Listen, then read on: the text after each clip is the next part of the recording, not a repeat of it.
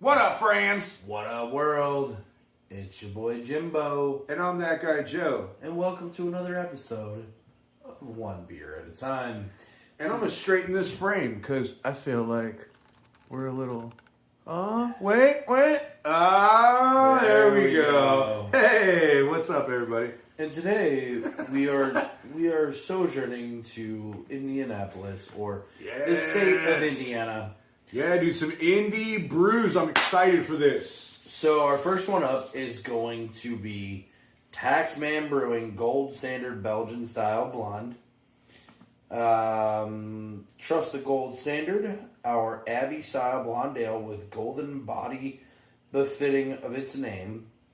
This ale pairs dynamic, fruity, and spicy Belgian esters with malty flavors of honey and biscuit. A subtle note of delicate hops complete this clean and crisp Belgian style. 6.2% ABV, 20 IBUs, and 12 fluid ounces of beer. Sexiness. You said that's Taxman? Taxman. Aren't they from some small town? I'm trying to look them up. It's got to be close to Indianapolis. Taxman Brewing Co. Oh, I think I found you. Taxman. You found a job, man. Since 2013, our brew house in Bargansville, Indiana, produces over 40 varieties annually. I love that. That's, Taxman does work, baby. Here's what I'll say about that. Before we get into this, and I want to say it before we get into it because I haven't tasted their beer. I'm hesitant when I hear that a lot of times. You know what I mean? Outside of steampunk, when I immediately thought of it. When you have, I feel like a lot of times when you have a smaller brewery and they do too much, sometimes none of it's great. But we're here, we're open, we want to try anything, so let's try some Taxman beer. Yeah, maybe man. it is great. I specifically got this because Bargansville sounds like something off the beaten path. It's got a nice biscuity flavor. If you didn't know, it's like, good point, yeah. If you didn't know, that's kind of like, that's almost our whole purpose. Like, we want to get people into craft beer, but we want to show you what's a little bit off the beaten path. Yeah. You know? Yeah. I mean, and that's why, okay, so if you don't know, we're from St. Louis. That's an Abbey Blonde. It is an Abbey Blonde. But if you don't know, we're from St. Louis, and that's kind of why we will never not do Four Hands beer or Schlafly beers. Four Hands. But I want to do your fucking beer. But that's kind of why we don't do a lot of Four Hands or Schlafly anymore. Yeah, it's the recognition that, like, everybody, Four Hands is if you come to St. now. Louis, if you come to St. Louis and you ask about craft beer at all, Four Hands is going to come up, Urban Chestnut's going to come up, Schlafly's going to come up, and probably, if not both, perennial and or modern. Right. Yeah. They're just going to come up in the conversation. They're just going to come up. But if one is going to come up, but I'm sorry, if two are going to come up, because Schlafly is like one of the OGs. Yeah, they are. But if one is going to come up, it's going to be Four Hands. Yeah. They're nation known now. They're wide. Yeah, they man. do such an incredible Fucking job. killing it, dude. What are They they, are 4 or 5 killing it. locations around town Yeah. now? Jesus. Yeah. So that's why, we really do want to be off the beaten path. Yeah. We want to shout out to our friends in Fenton, Missouri, in Hillsboro, Missouri, in Eureka, Missouri. Guy Fieri's not going to fucking In-N-Out Burger. Right. Or something like this, man. Well, Bargansville is close to Indianapolis, but this isn't a downtown indie brew. I don't want to toot my own horn, but actually, off the cuff, I think In-N-Out Burger is a perfect example, right? It's not McDonald's, no. But everybody's heard of In-N-Out. It's not everywhere. You have to go certain places to get it. But nobody's you're not doing a food review show of In-N-Out Burger. You know why? Because everybody's fucking heard of it. Everybody knows it. Is it good? Of course it's good. Right? Is Four Hands good? No shit, they're good. Yeah. Okay? Yeah. Yeah, it's a bigger deal if they're overhyped and you're like, they're really not that good. Yeah. That's more worth talking about. But no, they're not. So again, we're not, This is out of where? Bargansville. Bargansville. What are you getting some good bargains there? Was that home of TJ Maxx? Yeah. Home of Marshalls? Yeah. What are you doing? What kind of bargains you got? Yeah, man. I'll tell you what you do got. I don't have a map pulled up, so I don't know if they're like real close to Indianapolis. So what you do got is you got a decent ass blonde here. I love the name, Taxman Brewing. Yeah. I love that. I love the skull logo with the top hat. That's pretty great. You know and what? It looks like all their beers, like they keep it simple. All their labels have that same mascot. Yeah. Just a different color theme. You know, and one of the things I do appreciate about this beer, and actually, I feel like it's actually kind of counterintuitive to what I just said, is that we want to highlight off the beaten path, but at the same time, a lot of these places, and one of the things I love about this place so far is I feel like you expect when we go off the beaten path, I'm going to show you a rib-stuffed turducken. Right. Right? But no. Some strange shit. Some strange shit. No. No, there's a level, like, so this is where we're not experts, guys. We're learning this shit together. We might be a little bit more seasoned than some of you, but Right. we're learning all this together. Because I'm sitting here thinking, I'm like, fuck, I can't remember. Cause my beer science isn't that strong. But I don't remember exactly, I don't know if it's just a malt thing, but I don't remember exactly the difference in an abbey. Yeah. In an abbey blonde versus just a traditional German blonde. There's something made specific by priests. about that. Yeah. So this is an abbey style blonde ale, but I know that it hits all the malts and flavor profiles that I expect out of a blonde ale. It's malty, it's real nice, it's a little bit sweet, but it also has this Belgian, so it's nice slight and crisp. bitterness to it. But yeah, that crisp finish is just beautiful. You know, the malt taste and all the big flavor profiles. It really settles well because it drinks so crisp and nice. That biscuit, that description of biscuit. Yeah, man, they have it on here. No, and you hit it off the nose too. Like they say, with malty flavors of honey and biscuit. You're like, yeah, because the sweet profile almost reminds you of a honey taste. You know, but you know what's interesting here is that when I say biscuit, we're not talking about Southern biscuits, right? We're not talking about like buttermilk biscuits. We're talking more like British biscuits, more of a Biscoff, more of a a crispy, hard, almost a cookie. Like, that's one of the things, like, the English language is fascinating, right? Because over here, biscuit means biscuits and gravy, buttermilk biscuit. Right. But when you're reading this description... A biscuit is big enough to make a sandwich out of. When you're reading this description, they're not talking about Mama's buttermilk biscuits. They're talking about almost a cookie. Yeah. Right? So that biscuit flavor is a biscuit over there is a semi-sweet or unsweetened kind of hard bread, and that's what I get out of this is an unsweetened, dude, well crafted hard bread. And I love me some blonde ale too, man. The malt flavor on its face. Yeah. You know, in our last little review, we just did that red ale. You know that lager, that red the Vienna lager, that amber lager. You know, and you're like, the malt taste on this ale is different. You know, it's like the body of it's a little bit more prevalent. You know, you're getting that malt taste a little bit differently, but in similar fashion though, especially because this is just a fucking Indianapolis beer. What's cool is you can see the through line. Well, what's nice is that, like, in similar fashion, the malt stands out and it shines.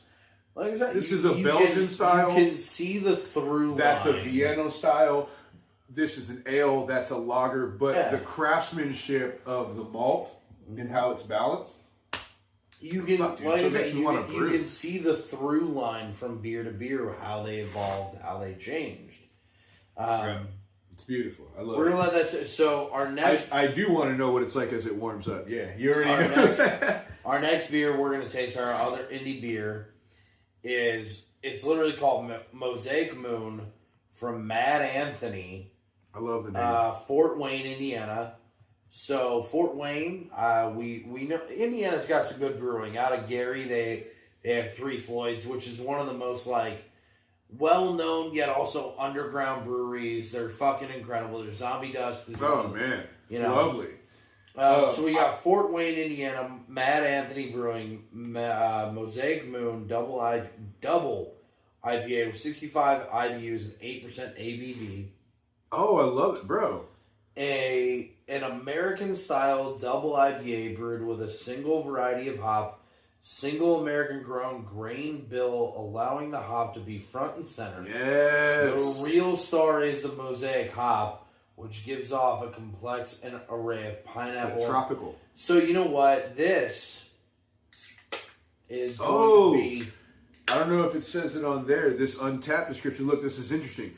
Much of the hop was used late in the boil, preserving all character of the hops without going over the top in bitterness. So they added it really, really late into the boil, but they did that with intention so that you would get a lot of that hop taste without getting too much of the bitterness. You know what? That's really, really fucking cool. And again, this is why we at 65 IBUs, it's like, wait a minute, you telling me it's not that bitter? I believe you, though. I chose this specifically, too, because shout out to Fort Wayne, Indiana, because I was out there last weekend, me and the boys, maybe I'll give you a little side thing on it later, but me and some of the boys, we run a kickboxing promotion, so we were in Fort Wayne, Indiana, doing the IKF, PKB, kickboxing tournament. A lot of fun. I was highly impressed with the talent and the level of competition out there. It was great. But I had never been to Fort Wayne. My judgmental self, bro, I thought Fort Wayne was probably like like a Columbia, Missouri. Just this small, itty-bitty little town that revolves around one thing. Yeah, dude, I look them up and I'm like, oh, they're a little city. I was like, damn, they're damn near the size of St. Louis City. Yeah. I look them up, and so, of course, I had to look up, well, what's Fort Wayne got to offer with beer? Guys, Fort Wayne has a fucking beer scene. I'm going back to check it out. I'm going to take you with me. We're going to discover some shit. Hopefully, I'll make a connect and we can get Obot up there. But I was really impressed to see that for a smaller city, they've got 5 to 6 very well-established breweries and a great selection around that town. Well, let's clink it. Let's drink it. The color is beautiful.